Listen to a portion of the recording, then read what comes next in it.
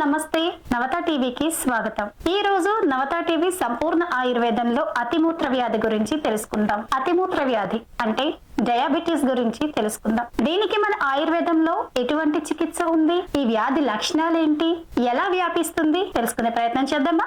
అతిమూత్ర వ్యాధి కొన్ని వ్యాధులలో ఒక లక్షణంగా అనిపిస్తుంది. అయితే ఇప్పుడు ఉన్న రోజుల్లో ఈ డయాబెటీస్ అన్నది ప్రతి 10 మందిలో 6గురికి ఖచ్చితంగా ఉందని చెప్పుకోవచ్చు. ఈ డయాబెటీస్ రావడానికి చాలా కారణాలైతే ఉన్నాయి. అందులో కొన్నింటిని తెలుసుకునే ప్రయత్నం చేద్దాం.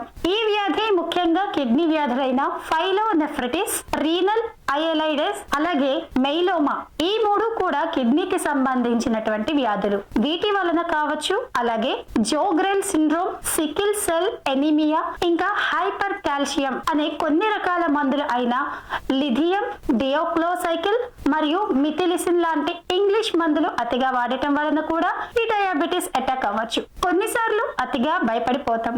ఈ అతి భయం వలన కూడా, అలాగే కూల్ క్లైమేట్స్ వలన, తలకు దెబ్బలు తగలడం వలన, మెదడుకు సర్జరీ చేయడం, అలాగే మెదడు వాపు వ్యాధి వల్ల కూడా ఈ అతిమూత్ర వ్యాధి అంటే డయాబెటీస్ కలుగుతుందని చెప్పుకోవచ్చు. ఇందులో యూరిన్ యొక్క స్పెసిఫిక్ గ్రావిటీ మామూలు కంటే తక్కువగా ఉండటం వలన కూడా ఈ అతిమూత్ర వ్యాధి అంటే డయాబెటీస్ బారిన పడే అవకాశాలు ఎక్కువగా ఉంటాయి.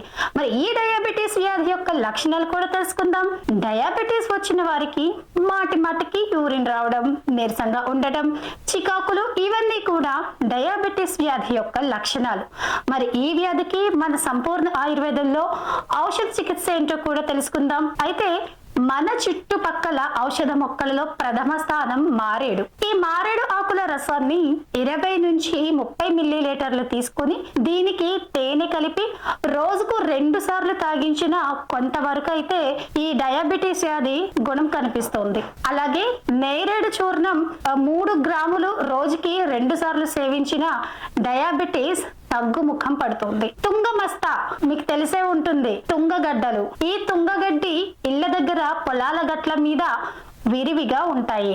అయితే దీనిని మనం కలుపు మొక్కలుగా భావించి పట్టించుకోము.